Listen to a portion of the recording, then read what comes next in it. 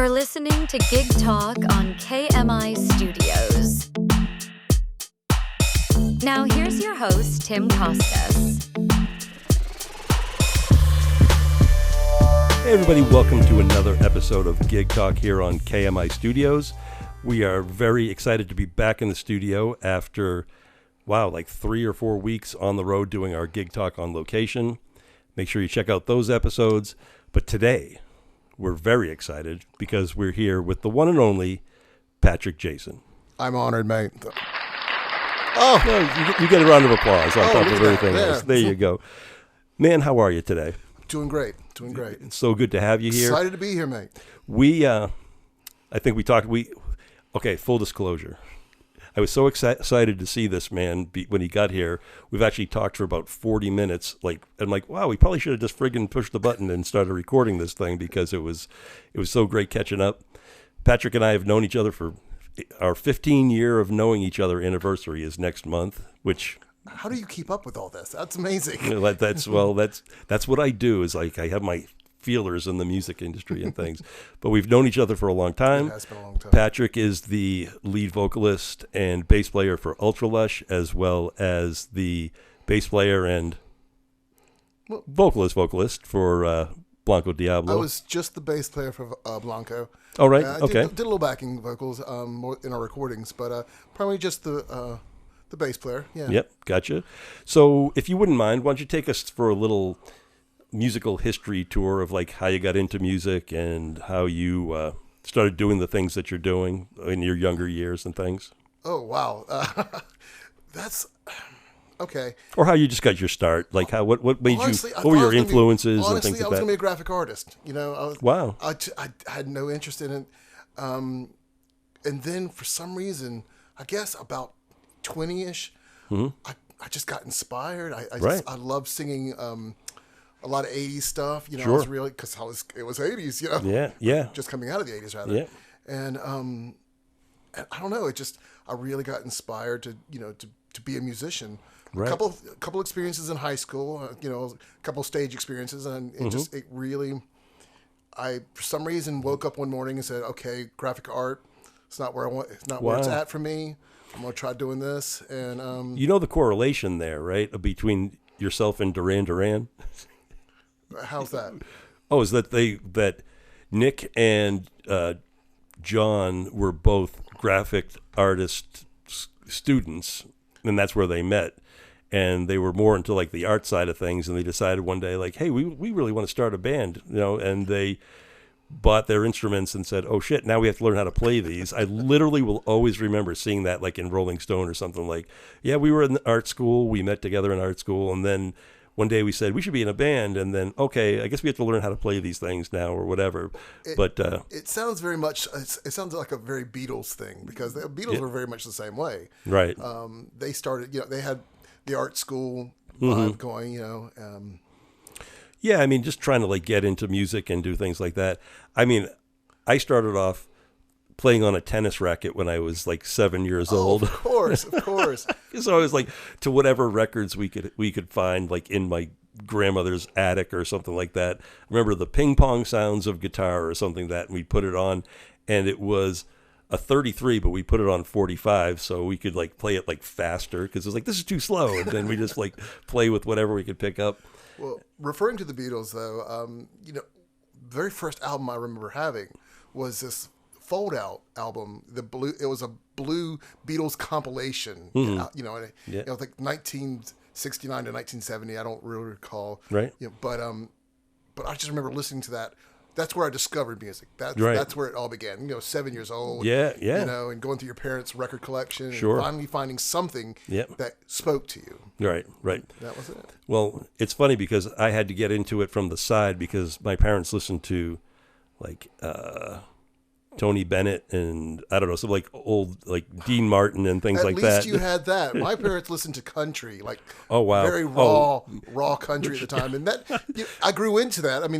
That was awesome. Yeah. but not then. Not when I was, Right. you know, wanted to rock. You know, wanted to. Well, that's funny because, like, yeah, Neil Diamond was one of my mother's favorite people, and that was so uncool to me for like a Yes. big period of time.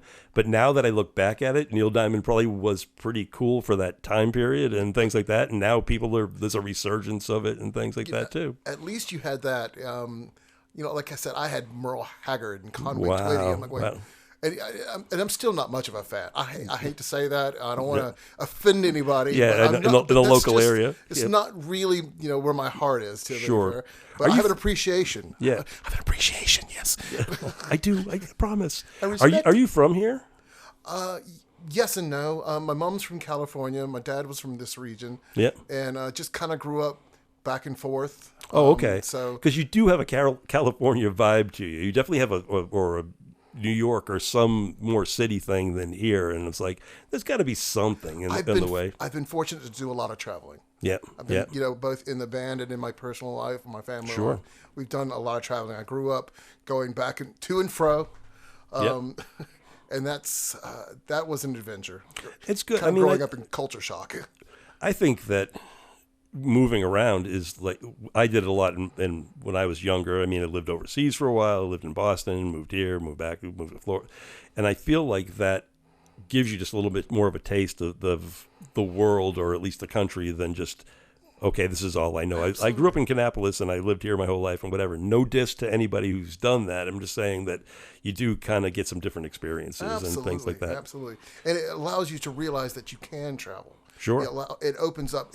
I feel like it opens doors for you. Yeah, exactly. Because I know so many people who grew up, you know, in one area and never really leave that area. Right. You know, Right. And never leave the state. Mm-hmm. And that always amazes me. It's like, No, I've been the same way. I'm always like, wow, I mean, you didn't even, well, we went to Disney. Well, Disney's not another place. It's it's its own thing. You know what I mean? Yeah. You're not even experiencing anything about even that state, but if you go to Disney. But anyway, on the music front of things, I'm not sure, and I've known you all this time, and I'm not sure how the timeline goes, but between Ultralush and Blanco Diablo, which started first? I would have to say Ultralush. Yep. Yeah. Because it was through an Ultralush show is where I met the guys in Blanco. Oh wow! Okay, this is I'm going to learn something new, folks. That's it. That's why we do this whole thing. I think we had done a show with them at the neighborhood theater Okay. in North Davidson, and you know, and as most bands are, you know, people come and go as far as bass players, and Sure. bass players, Yeah. and And yes, and guitars for and another stuff. day. And honestly, I was getting really tired at that time of trying to rebuild and trying to kind of rally musicians to do this or that or whatever, and I started playing bass a little bit. Can I stop you? Sure. So just to go to the beginning. So when Ultralush started, were you only singing and not playing Yes, bass? yes. Oh, okay. Okay. And so that started, and we don't have to give times or whatever, but so you started, you were the singer, you had put some guys together, and you wrote some of your original songs and things. Well, it originally started with a band called Star Zero. It Okay. was a band I was with in Athens, Georgia, for a while. Okay. And me and the drummer was also from Charlotte, and I was from Charlotte. We would drive to Athens on Sundays for rehearsal, and then we do shows. Dude, that's a whole side story in of itself. Oh, my God. I don't like to go to Charlotte from Rockwell for rehearsal. But Oh, my yeah, gosh. we would travel, and then we had some really good, interesting shows at the 40 Watt and Tasty World and everything. It was, you know, that was a really fun time. Is that what drove? I don't mean to keep interrupting you, but I get sorry. my train of thought. Please so keep me distracted. Yeah, is that what drove you, like the opportunity to like play some cool places with this band? I mean, it isn't like you just saw them on Craigslist and said, "Hey, I'm going to drive to freaking Georgia for rehearsal." Was it just this band would give you opportunity? It's worth the whole extra mileage and things like that. It's that and stylistically. 'Cause okay, I had perfect. difficulty No, that's exactly what I'm looking for, You know, finding people in this area that was wanting to do the style of music that I wanted to do. I was exactly. really hoping to find something, and unfortunately I wasn't as creative as I thought I was then. I wasn't nearly as I don't know. I wasn't nearly as artistic as I'd like to have been, I find that hard to believe, but it's okay. No, Keep going. no, Yeah. I was still more mainstream. And Oh, and gotcha. then when you, Yeah. but I really wanted to be that college rock. I really wanted to be that Right, sort of right. more- Or invent something kind of new twist Yeah. on things that you've heard and things. Yeah. And as a vocalist, I always strive to not sound like anybody specific. You know, I was always like, Yeah, you definitely have your own vibe. Yep. I wanted to have that key tone, that key voice, but not, you know, go, oh man, you sound like, you know, whatever's being played on the radio. Yeah, yeah. Although I'm flattered when someone says, hey, you sound like this or you sound like that. Well, I'm especially something absolutely that's flattered. contemporary and things like that. Yeah. But that was never my thing. Locally, I found a lot of people, they wanted you to sound like whatever's being played on the radio. Right. And I wanted to kind of break out of that. And I think getting to Athens Right. kind of helped that, because that was a really, really authentic creative scene. It's surely, I mean, the home of REM and things Yeah, like that. I mean, it's like the true The college town. B-52s, you Yeah, know? exactly. I mean, it doesn't get any better than that. I mean, you know, I came from Boston, and it was that same kind of thing. Like it's a place where even more, I feel like Athens or Boston or whatever is even more so than New York or LA. I feel like you go to those places now, once you've put something together to go and see, that's where you're going to get pushed out there. But the creative side of things, it's those college towns. Sure. You know what I mean? I think Athens is probably a prime example of where you could go from here that you could actually travel to and do that whole thing. Well, as the story went, you know, that happened. That was good for a year or so, and then me and the guitarist, you know, he was a very, very creative person, but he wasn't a very kind person. Oh, wow. And so we really had issues between him and I, and so eventually that fizzled, because I just, as much as I wanted to be professional, or as much as I wanted to work, I also wanted to be happy. Right. And I was no longer happy working with him as an Yeah. artist. Yeah. So I quit that band, and the drummer had come along with me, and I came up with the Star Zero name. I'm sure there'd be some argument to that, but Oh, we like controversy. So yeah, hopefully don't we though? So hopefully some people will give us some things online. But go But ahead. we had started that Star Zero band here with the drummer that was also in Star Zero, and it started kind of that me and the drummer, again, it was just a lot of personal. You know, he wanted to be back with them, and you know, it's just a lot of, you know, drama. Yeah, sure. It happens. Yeah. But we had found a bass player at the time, because I was just singing, and we'd found a guitarist, and we started writing some good stuff. Yeah. And and me and the bass player really connected. His name was Doug Buddha, and he was such a nice guy, such a good human being, and we really kind of connected. We were kind of doing stuff like Urge Overkill or Wow. or what. Yeah, I mean, it was just, Love it. yeah, it was fun. It was fun, and but we were I can see writing- that fit in the vibe of your future. And actually, you know, some of our fashion, our Yeah, actual physical sure. fashion started Yeah, with that. yeah. And because it was like, oh, man, we like that vibe. You know, we want to do that. Right. And, you know, it's like Jet was really popular at the time. It was just kind of like the tonality of that, or the voicing of those guitars or whatever. Mm-hmm. And, man, you're really making me think here, aren't you? Well, it's good. This is good. It's healthy for us at our age to No kidding. Stretch the brain. Exercise the brain. That's it. We can do a puzzle afterwards too. So I like word games. I like word games. But you know, but we really dug that vibe. And but as Star Zero started kind of dwindling, me and Doug Buddha, we really kind of liked where we were going. We liked, you know, the songs we had written and such. So, but we knew we needed a new name. yeah. And initially, I don't even know where the Ultra came from, but initially it was going to be Ultra Lust. I remember you telling me that now. Yeah. It was Wow, initially going to be that's Ultra Lust. Yeah. But somewhere along the way, I heard something else had been called that. I'm like going, Yeah. well, Ultra Lush, Ultra Luscious, Ultra. Yeah. Hey, I like Ultra Lush, Yeah. you know. And from that point on, you know, I even used it for my hair studio. Yes. You remember? Right. Yep, I do. Yeah. You know, because I always thought that's a great hair studio as well. So, Oh, yeah. you It's know, perfect. So I was like Ultra Lush hair design. So There you go. Now, back in the Doug Buddha days, are those some of the songs that got written that are still the ones that we know today? Some of them, yeah, Yeah, absolutely. wow. I still play some of those songs. Wow. You know, Million Miles an Hour, Belong. You know, Part of Me actually started from those days. Okay. Yep. So yeah, Yeah. I mean, a lot of these songs go back. So how did things Unsound. Ooh, Yeah. another one. Unsound. Unsound? I remember. Yeah, I actually have it. It's in the computer right now. As a matter of fact. So then lineups change and things happen as you go along, and you know, we had to get a new guitarist and everything, and so and oddly enough, and this gets kind of a little convoluted. You know, do you remember the NXS Rockstar show? sure. Oh my gosh, I Okay. watched every single one of them. I didn't. Oh, okay. I was bitter. That you didn't go on there. No, I actually got the audition. I got through. Oh my gosh. I didn't have to do the open audition. I started with the closed audition, and they called me back. So I had to go back for Wow. another audition. So me and the How did I miss this part in your history? Because there's a little piece about NXS in our history and stuff Sure, too. But sure. but go ahead, keep going. and this is where I became embittered. Yeah. No, it was an awesome experience.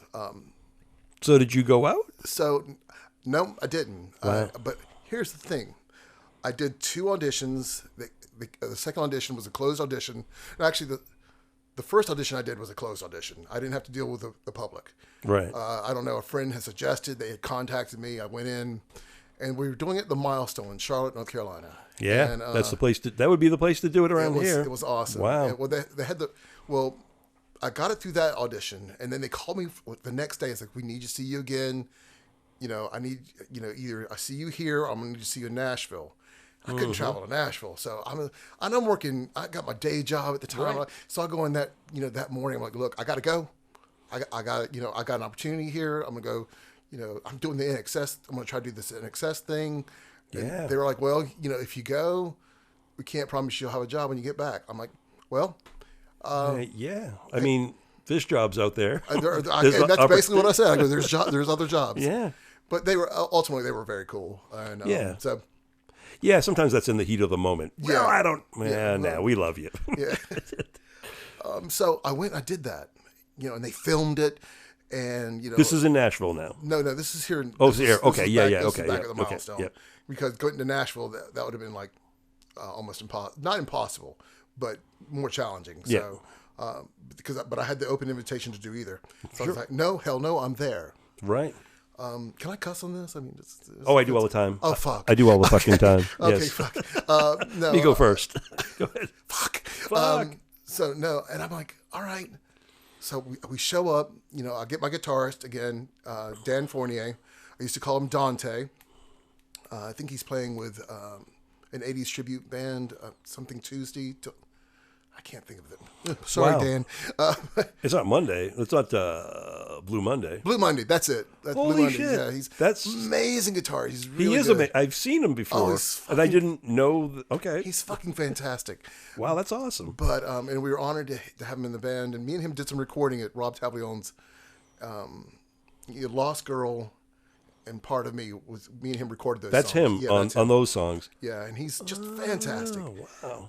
Wow, we really are going through the memory banks here. Hey, this is what the show's about. It's people like to know about where bands come from and things like that. So. Well, so me and him were doing this thing for a while, and again, we had this bass player, that bass player, and this drummer, that drummer. So when we were recording, it was just me and him, and we had brought in some studio musicians. Well, he really wanted to play out. All he wanted to do at the time was just he wanted to play out, make money, just.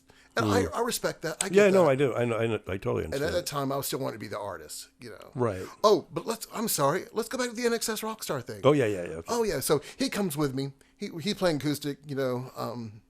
Oh, so he got to play with you on these things as on part of your. stage. Yeah, he was part of. Instead of them just giving you some guy and saying, No, "Okay, what do you want to do?" I had my own. It was either that or a backing track. I'm like, you're going to come. You're going to play acoustic. We're going to do this. It gives you. I feel like. All right. I guess I don't know. It seems like it would give you a leg up because it shows you how you naturally interact with another artist. It kind of did. It kind of did. Yep. So we start in, and this time they're filming it. I mean, the first time they kind of filmed it.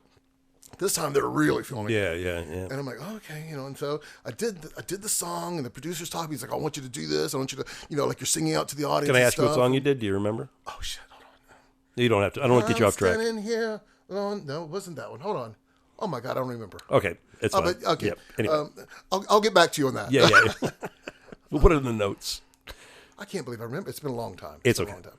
But so we do the song, and they go, well, we have to do it again because it's like, okay, I want you to do it as if you're doing it to a bigger audience and stuff. So all right, do it again, and I think it's a mental block. But so, and then after that, they take me back. They take me across the street into this little vacant church thing. You know, it was kind of weird. And we sit down, and they have these cameras very much like this. Yeah. And we do this interview. You know, who are you?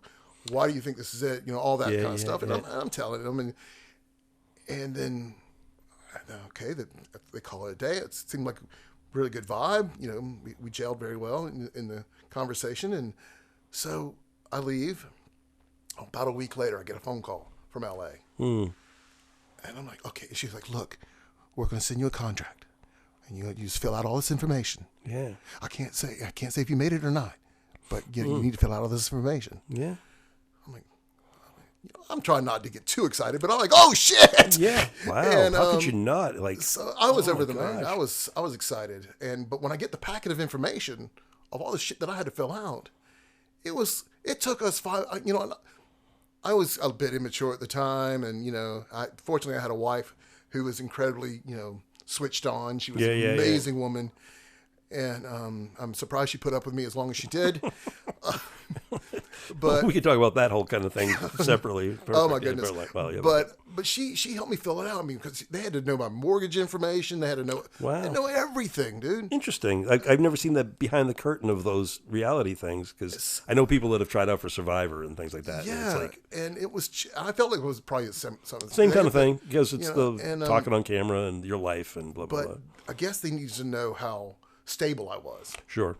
Maybe I was too stable because the guy that I don't want to say replaced me, but that went instead of me to the show. It wasn't J.D. Fortune, was it? I don't remember who it was. But because I mean he was homeless when they picked him. So no. This was a guy from Raleigh. He was from San Francisco or something. He was. Oh shit.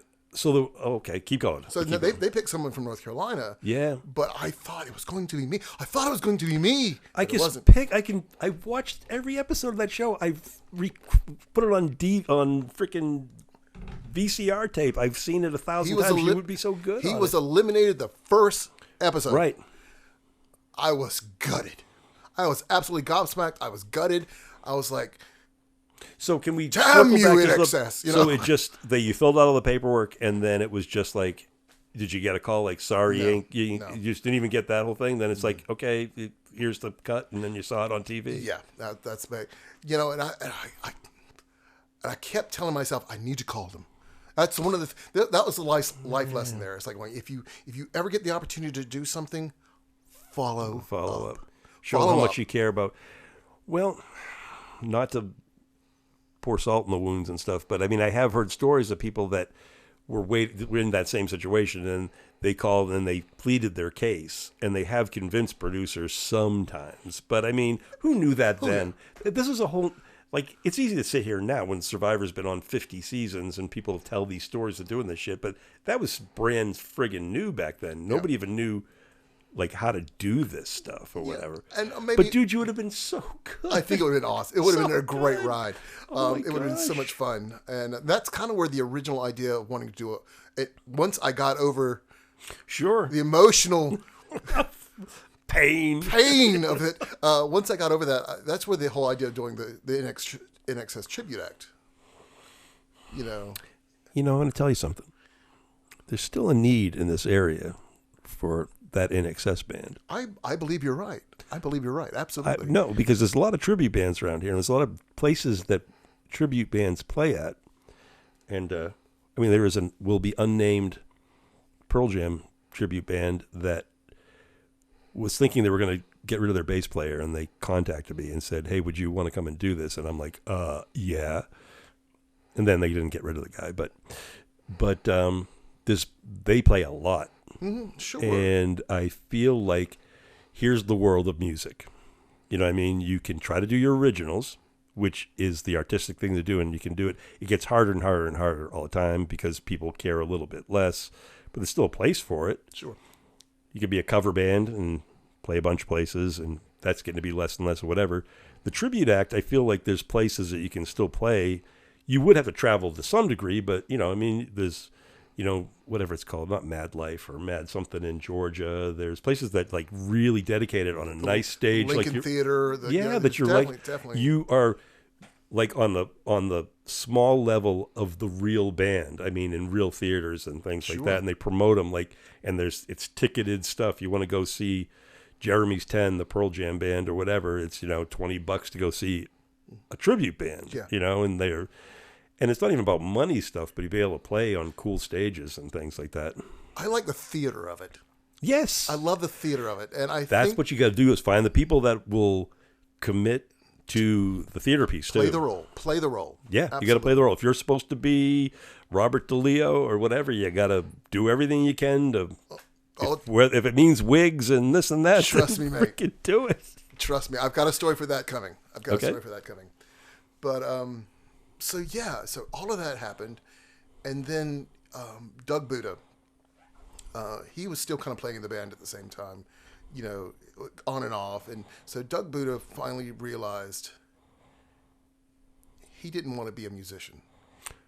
Wow. He being a bass player, he was a serviceable bass player. Yep. But an incredibly wonderful guy. But he was very creative. Serviceable bass player, but very creative.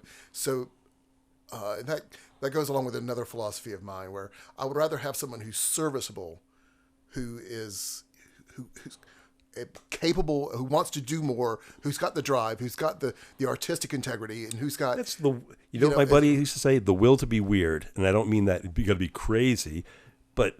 Absolutely. Not stiff, not, just like, hey, I want to be artistic. You do have to be a little open and a little bit weird, and you have to be whatever. Just the will to be weird. You don't have to be weird. You just have to be like, hey, I'm not going to worry about everybody's going to wear Devo jumpsuits or whatever. I mean, I'm not saying you have to do that. I'm saying that you just have to be open to what does this need creatively. Right. It isn't just about doom, doom, doom, doom, doom, doom. It means jumping around. Maybe it means wearing this certain thing. Maybe it means backing tracks that are making an announcement. I don't care, whatever. But you got to be able to do all those things. Absolutely. And he had vision, and that's what he helped shape the vision of what Ultralush was originally. Yep. And I loved him for it. And but we did a show in Raleigh, and we were driving back in the van.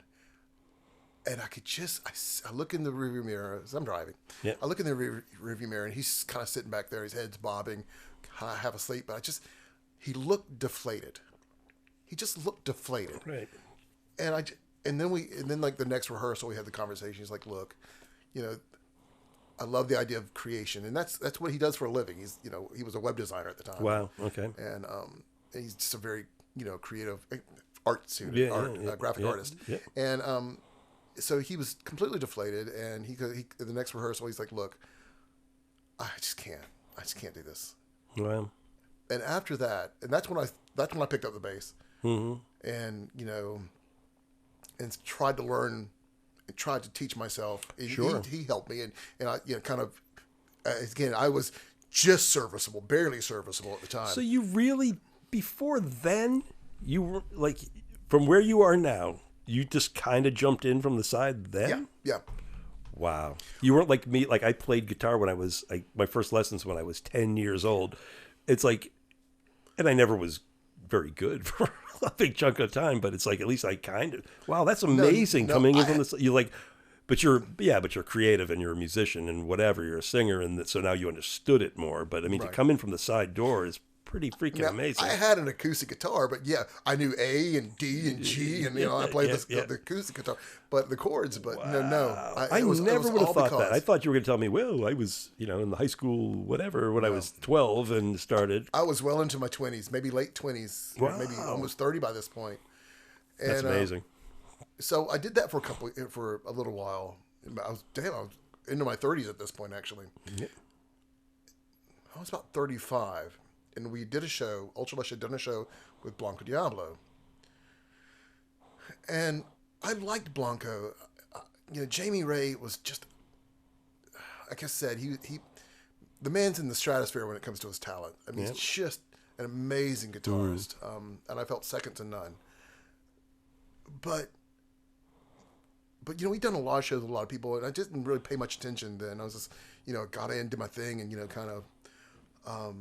So I get a call from Jefferson, their drummer. He's like, "Look, dude, I'm like, I was telling him, yeah, we're looking for a bass player," and he's like, "Yeah, we are too." And for some reason, I went, "Okay." Wow. I'm a little spent with this, so I tell you what. Teach me your songs. Teach me how to play your songs, and I'll play bass for you until you find someone better. Wow. And from that point on, I was more focused on that. I mean, Ultralush was still around. I mean, Nick had joined the band. Right. Before then, again, that's another story. Yeah. And Dan left and all that, and that was another reason why I was kind of feeling a bit deflated about Ultralush. Sure. But me and Nick were doing it and everything too, and me and Nick always kind of kept a connection, and we always still played together. But yeah, you never were like, dude, what's going on or whatever. It's like when things happen and there's some opportunity, I'm always there for you, and we're always together. Whatever it might be a space, and I'm not freaking out, and it's just always going to be a thing. You guys have always been a thing all the way through all those things. Always.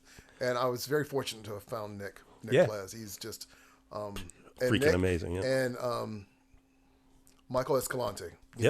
After that first drummer from the Athens band pretty much cracked out on me. Yeah. I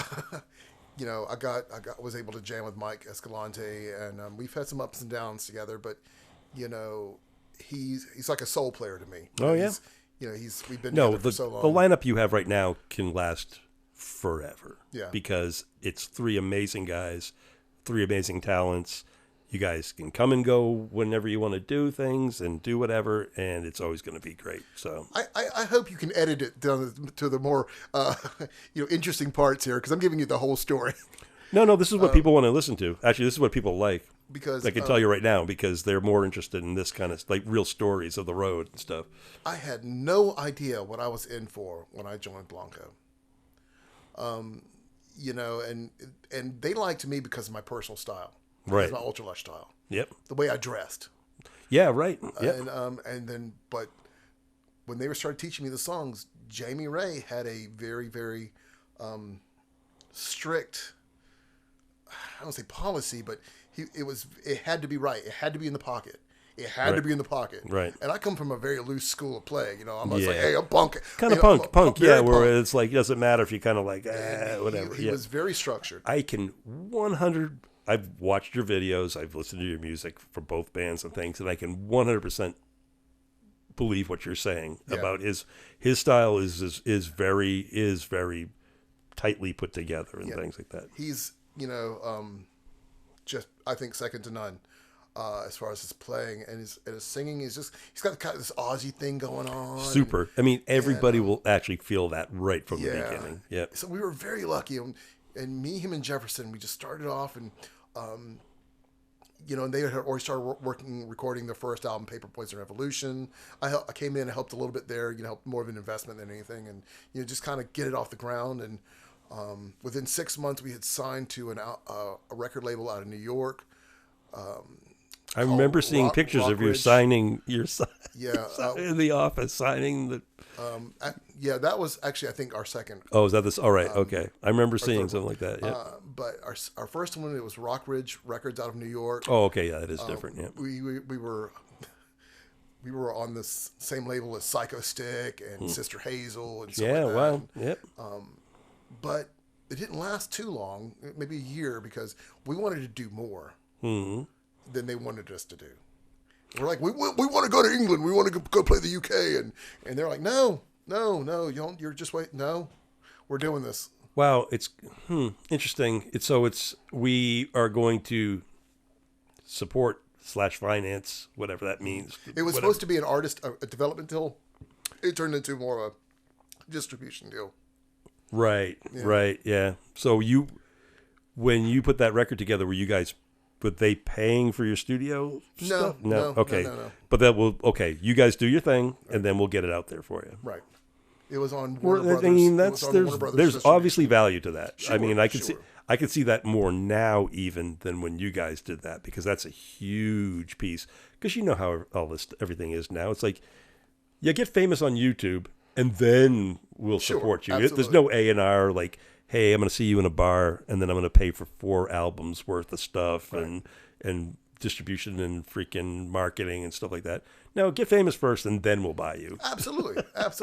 No one wants to do the work. So you were in that transition that they at least saw you and said, well, we'll at least do this part of it and finance it. So, but we were of the mindset that they're going to do this, and we're going to do this, and it comes together, and it'll be like just Titans. Well, yeah. They want to do this. We want to do this. We did this. They did nothing. Yeah. Wow. Well, I mean, they did get us distributed. I mean, it was nice to go into some Blockbuster, like the big media stores, and see our album, with Warner Brothers on it. Never ever. That was very. I remember there was an FYE in Concord Mills. Yeah. I was going to the cinema one day, and I was going, I want to pop in here and see my albums there. And they're looking at my boom, there it was. I'm like, oh shit, there's my picture. Wow. It's one of those things. Yep. Yet still, I'm still someday. Yeah, it was very like exciting. one of these days, I might still make it. Now that's freaking amazing, just to be able to think about seeing that whole thing like that. And then you moved on, you moved to another. Well, how's that happen? Well, we did that. We lost our drummer. Again, it's all this rotating. But I'm always the kind of person that sticks to it. It's like, okay, I got your back. I've got your back. Yeah, you are very dedicated. Yeah, absolutely. So we lost Jefferson. We got another drummer.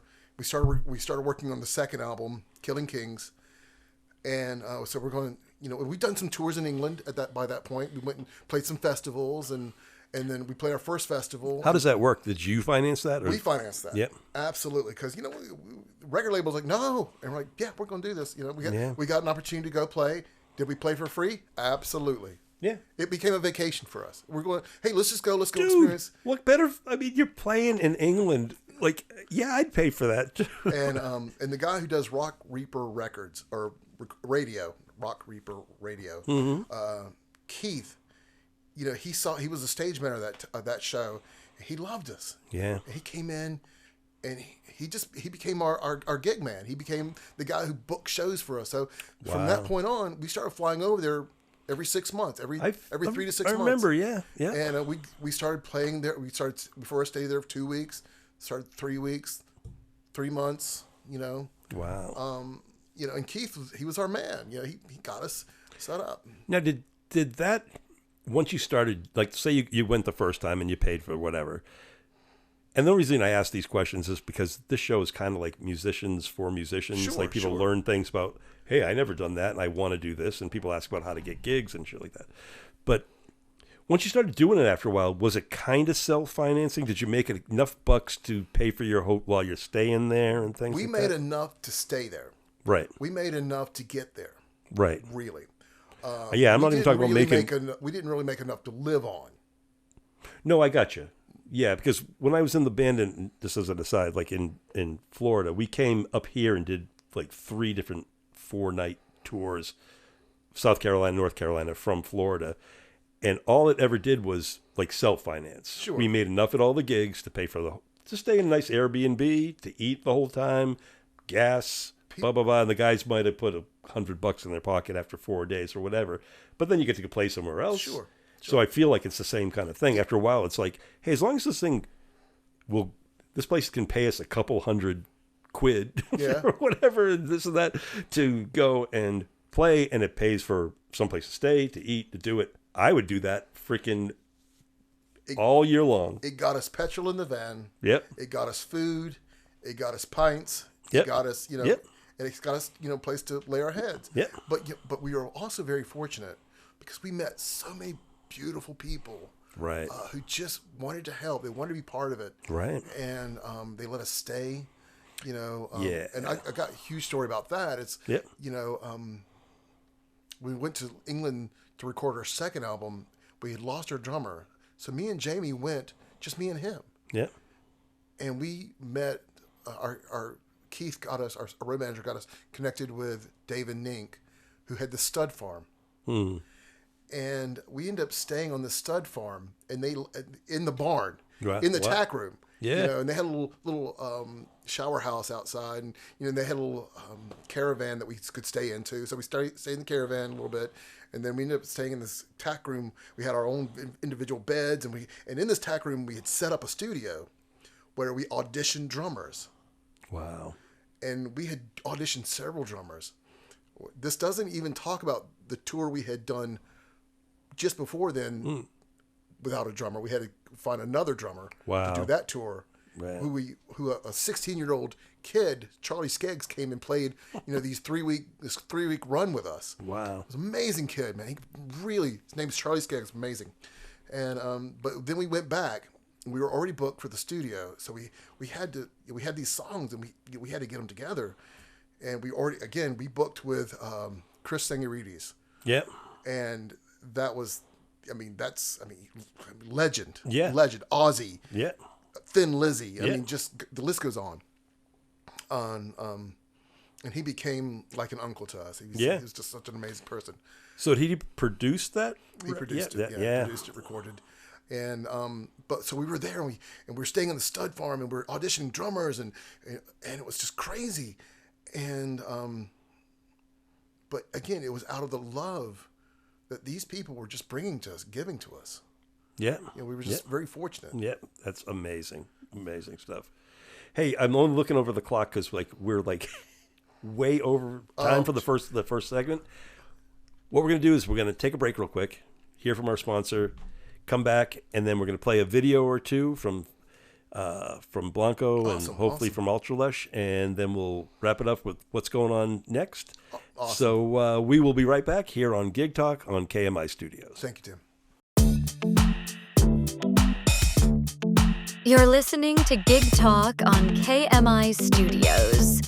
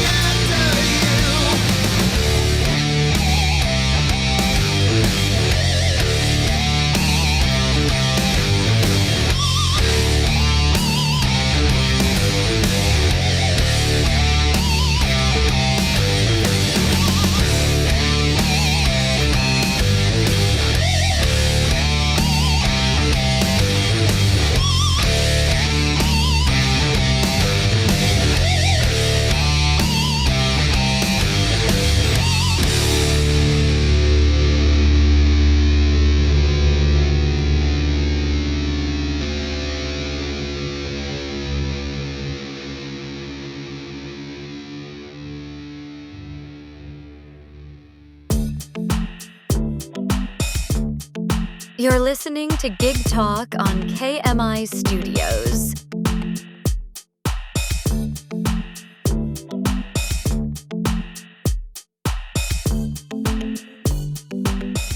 Hey everybody, we're back here on Gig Talk on KMI Studios with Patrick Jason. Just for length of programming, I had to cut him off mid-story. So we were talking about being in England and auditioning drummers, and I'm going to let you pick it up from there. Oh, jeez. Throw you on the spot. Well, so we were auditioning drummers, and we met some really talent. I mean, in England, there's just amazing talent. And so we settled on this guy named Abbo, and because he was just this guy was absolutely mental. I mean, nice guy, but fucking mental, dude. Yeah. And so we started, so we settled on the drummer, and so we start putting the songs together, and he's bringing stuff to the table as we're jamming. So we're putting our album Killing Kings together, and so we get all the songs recorded. And we're working in this tack room, this huge tack room, on the stud farm, and and just hand to mouth living. We were just trying to whatever me and Jamie could scrape together to get food to eat. I mean, because all we had money for really was to record, right, and to work with Chris. And honestly, working with Chris in England was really just as cheap.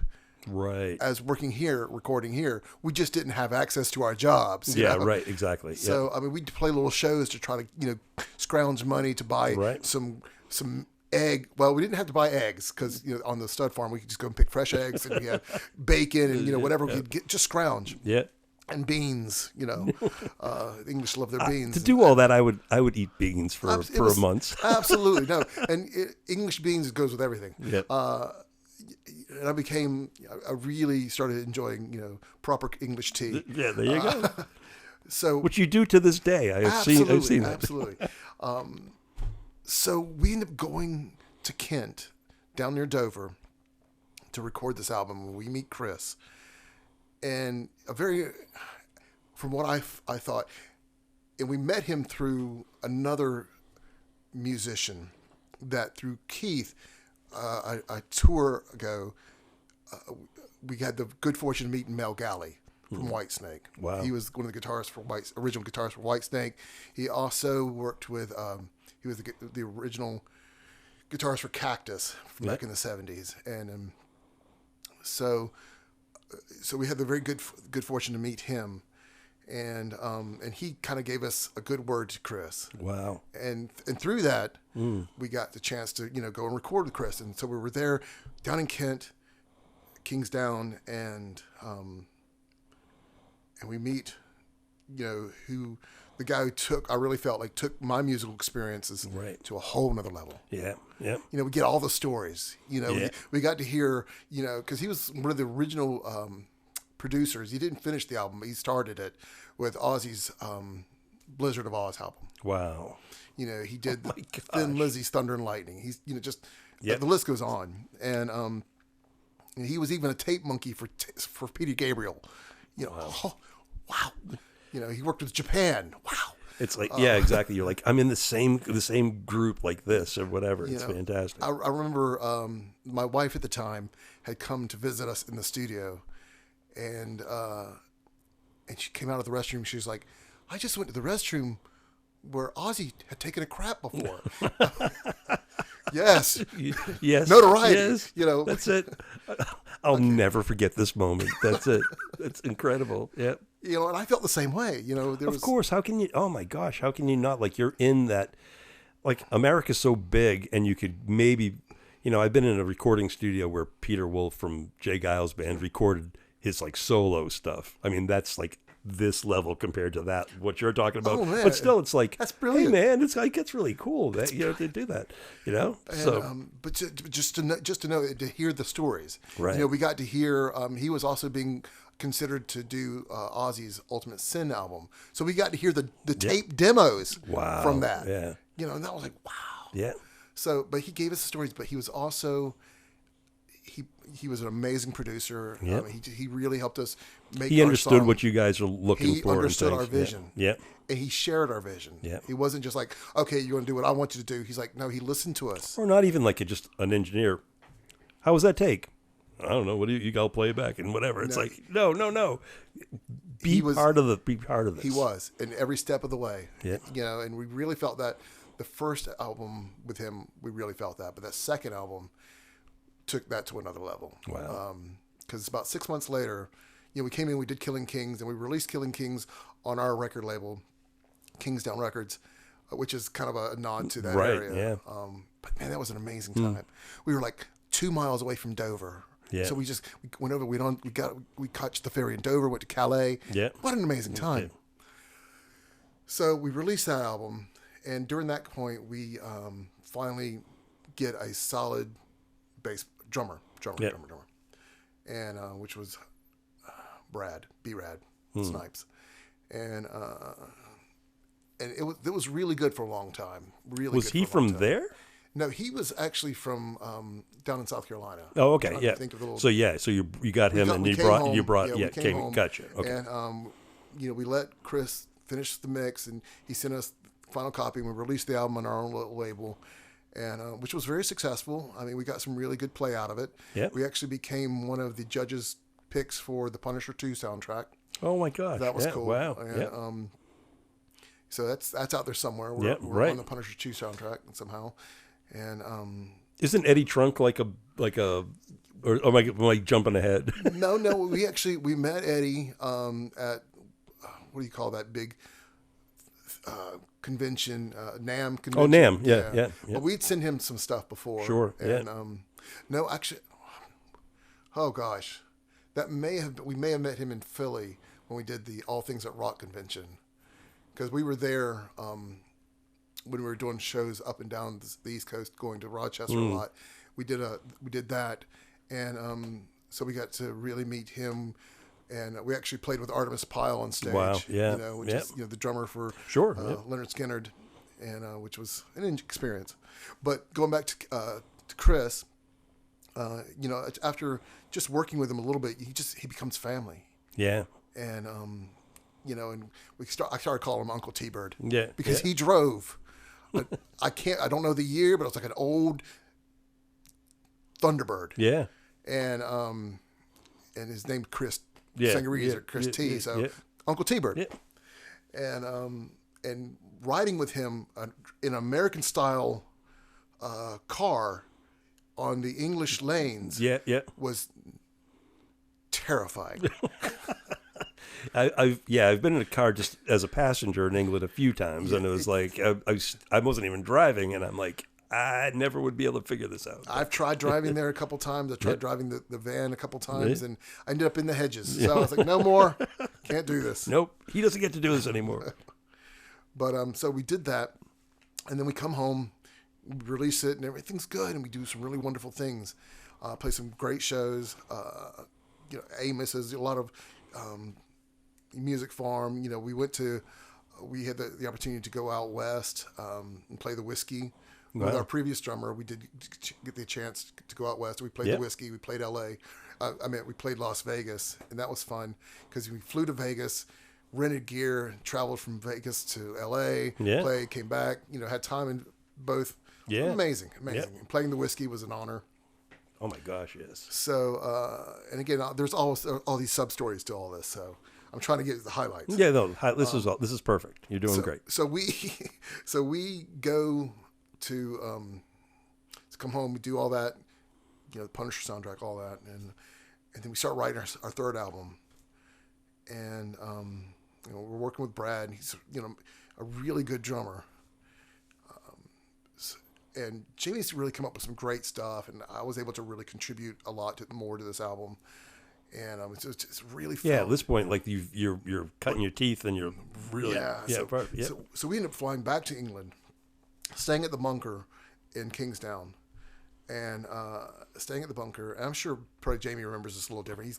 He's got a head more for specifics than I do, and so we're staying there and we're working on all the nuances while we're so one day we're we cut drums and we come back to the bunker, and because we're all staying on the ground, and it's where I think the Boy Scouts started. Right. I can't remember the Brigham, the guy who started it. I can't remember his name at the moment, which is bad on me. But it's on that compound. So there's this, big grassy area where they had all the jamborees, and we were staying in the bunkhouse where the counselors would stay. Oh, wow. And just down the way in this, what I think was a fallout shelter, a bomb shelter.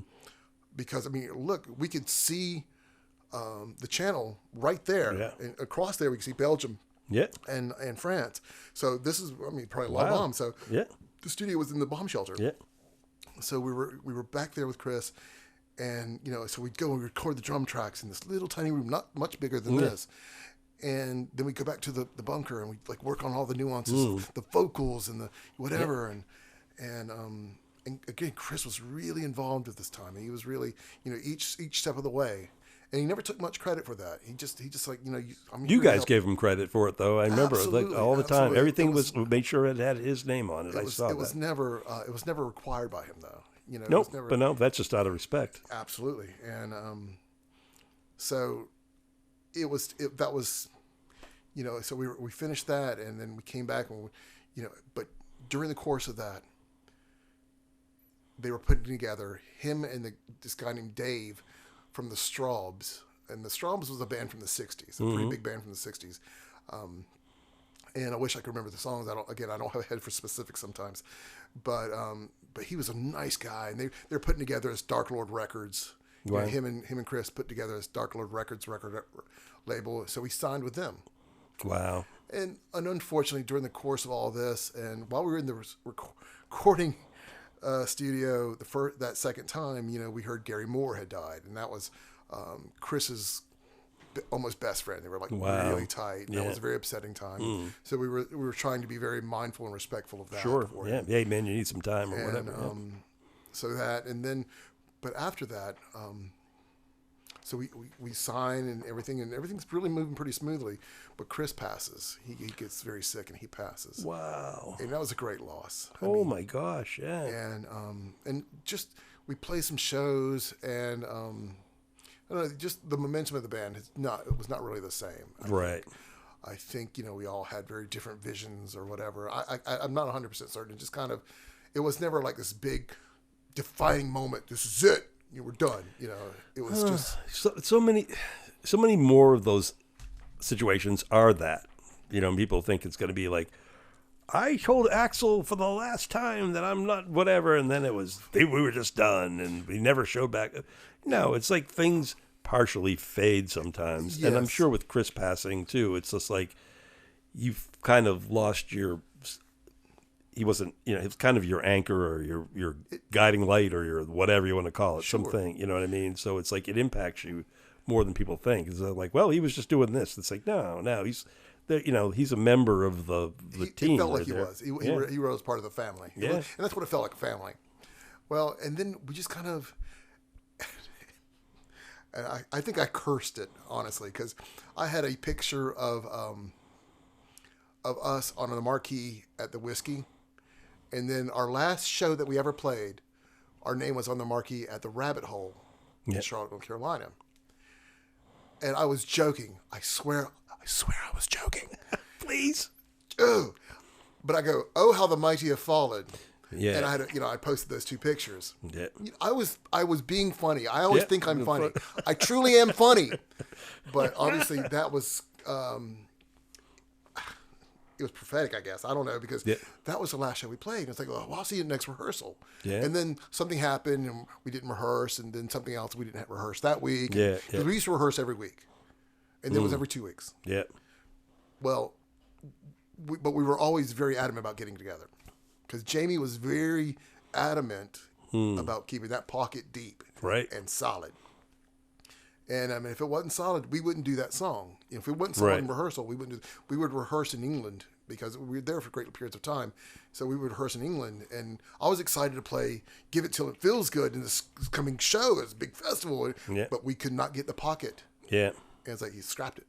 Yeah. He was very Sure, definitely, yeah. Like, hey, I am not putting myself out on top of this here. This is how we're going to do it. And, you know, so, I mean, and it was just because maybe you were tired, you were hungry, whatever, you know. Mm-hmm. But it was very rigid. Yeah. I'm not saying that rigid in a bad way, but I'm just saying it was very rigid. Structured is a better way of looking at that whole thing. It's like, yeah, exactly. It's like, and I do believe in that to X degree. I mean, it's like, I don't want to be too loosey-goosey. I don't want to be so rigid that you aren't feeling, not having fun anymore. But I mean, yeah, some people get a little fly-by-night, but that's not what you guys were doing. No, and I think I got a lot of grace because, again, I wasn't a bass player. I was someone who they had taught to play bass. Yeah. Jamie had taught me how to play bass or play those songs. Yep. And then struggling, again, we had, a side note, I told you we did this, an Aussie tribute band, and I had to learn all those songs from, you know, YouTube. Yeah, right. It's like, you know, and that really it's not like the same me. thing that Jamie could say, yeah, this is my song or our song or whatever, and yeah, do something in this thing. It's like, no, this is the way this song goes, and you need to do this, you know. Well, and you said something just then. You said my song or our song with Jamie, you know, especially after Paper Poison, but with Killing Kings and Attack the Fire. He was really cool about everything being our stuff. It was That's our good. songs. That's why I treaded lightly there because bands are very different in that whole thing. You know, I think it's very this important. is exactly what you're going to do. Or, you know, I've been blessed. Like when I was in Boston, I played in an original band, and my guitar player was fantastic. He wrote all the stuff, but he was like, "You do what you want to do here." There was once or twice he's like, "I think that note should just go there like that." But I like your little thing that you're doing there, and that was more from a technical standpoint. Maybe I wasn't hearing something or whatever, but it was, we did our own things, you know. But whenever it came down to rights, you know, whenever it came down to the song, you know, rights, it was like, it was us because we all chipped in. That's beautiful. We all really made it. Yeah. You know, and I was really lucky to have worked with someone like Jamie at the time to that, because I mean, man, I worked with musicians that were just so ego driven. Right. And I couldn't do that anymore, man. And that's one of the reasons why I hung on to Blanco for as long as I did. Right. Although, I mean, well, aside from the fact that you guys did some pretty cool shit for a while. I mean, to be signed, to go to England, to go and play shows there, to be able to be in the studio, be able to spend time there and do shows to support doing what you're doing. That's the people that listen to this whole thing are local musicians, and they have gone to X level or Y level or whatever, and this is something that, you know, a lot of people would aspire to. Well, I'll tell you the secret to it then. Yes. The words yes. Yes, yeah. That was always our mantra because it's, everyone was like, well, how'd you get to England? Can you take us to England? Yeah. It's like, well, I'll tell you how we did it. We made a phone call. Yeah. And the word was yes. It's like, can we, you know, we want to play there. Well, you can't play, you'll be playing for free. Yes. Right. You know, I mean, that's extreme, but no, you know, it's interesting you say it too, because the last show I did here with the full band, this band Unthreaded, that's an original band from Charlotte, way younger guys or whatever, just getting started and things like that. And I asked them, they opened up for like, I'll think about it in a second, but for a couple of, you know, for Buck Cherry, they opened up for whatever. They did some, and I was like, wow, how'd you get those gigs? It's like, well, we asked, and they said, well, it's going to be like this, this, and this. And they said, okay. And then somebody will say, hey, you want to open up for, these guys? Right. Yeah. And the answer was always the same thing. It was yes. And then afterwards, it's like, shit, I guess we got to figure out how we're going to get there or do this or whatever. Just go through the opportunities when they're there. Whenever an opportunity came up, we never have to check with each other. We never have to check with each other. That is beautiful. You know, that is not very common because usually it's like 15 phone calls and this and that, and like, well, I could ask my wife and then whatever. Right. You know? It's always like, well, we'll have to get back with you. No. You know, we're able to go, yes. And yeah. Anybody that, if they call you or they call Jamie or they call whatever, and it's like, hey, whatever, it's like, yep. Hey, guess what I just did? I just did this. We're going to figure it out after. It's always like, by the way, guys, we are in Philly next week. Okay. Let's make that happen. Yeah. There was never a question. It was always go. It's always with your dedication. It should be the way it is. It's like, are we in this or not or whatever? If it's a side thing, don't ever cry about, wow, we haven't had a show in 2 months or this and that or whatever. It's like, hey, there's opportunity out there, but you got to go out there and nobody hands it over. You got to go there and grab it and do like that. And here's the thing: if you don't grab it, then while you're making your 15 phone calls to get it confirmed from everybody, Yeah. they've already found someone else.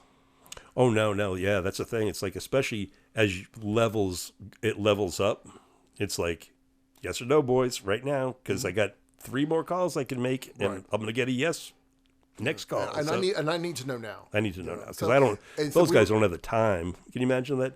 Like you're managing. You did Vegas and things like that. You're managing those kind of things. It's like, all right, these guys are on the list. They're next on the list. Let's do this thing. It's like, well, whatever. Oh, okay, let's go. I gotta get my job done by the end of the day, and that's it. Now, I'm hoping I get chronologically, if the guys are listening, I'm hoping I'm getting some of this right.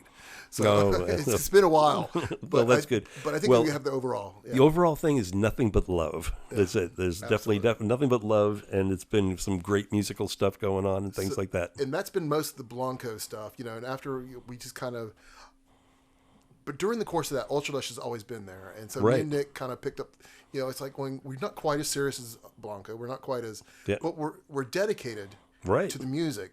But, but we're not out there. Blanco is out there. We're trying to sell our merchandise. We're trying to sell our albums. We're trying to, it's a business. Yeah. And now I do it for the love with the Ultralush. I still love Blanco, and if we ever get a chance to play again together, absolutely. Right. But right now, just as an artist, I write some. Yeah. I write whenever I feel good. We do a lot of covers, but stuff that we enjoy doing. It's fun. Yeah. Some of them are corny and hokey, but we don't care. It doesn't matter. If As long as you guys are having someone, fun. if it makes someone smile, if it makes someone laugh, we're just trying to. Our message is kindness. Some of my favorite videos I have that I use as video examples of stuff that we do on KMI are you guys. It comes up there's never a thing, whether it's a promo or building my new YouTube page or whatever, that you guys aren't prominently featured on there every time. It's like, yep, my favorite band. Everybody just needs to know. That's it. I don't care. Very sweet. Oh, here's the band I was in, but here's my favorite band. And here we go. Just keep going. Because you are super kind. You guys are amazing. And my camera just died. So that camera did. Oh. But you're not going to be on camera for a second. So what we're going to do is we're going to wrap it up. Okay. And what I'm going to do is somewhere in between, we'll intermingle some videos and things like that. And I guess what I got to do is have you back. I hope so. And come back and bring all the Ultralush boys. Nick to, and Mike. If you ever Nick watch and this, I'm talking to. I'll actually talk to the camera. I'm talking to you, Nick and Mike. Come in here and play with Patrick, and we would love that. So thank you, man. Thank you for being here. Thank you for having me, man. Appreciate it, and I love you. And we will be back next time on Gig Talk. We'll see you guys later. Cheers.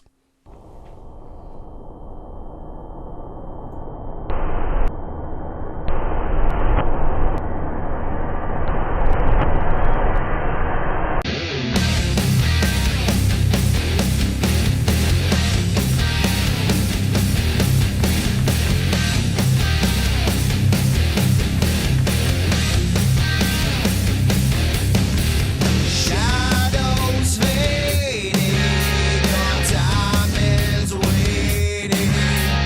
Black temptations, sweet frustrations.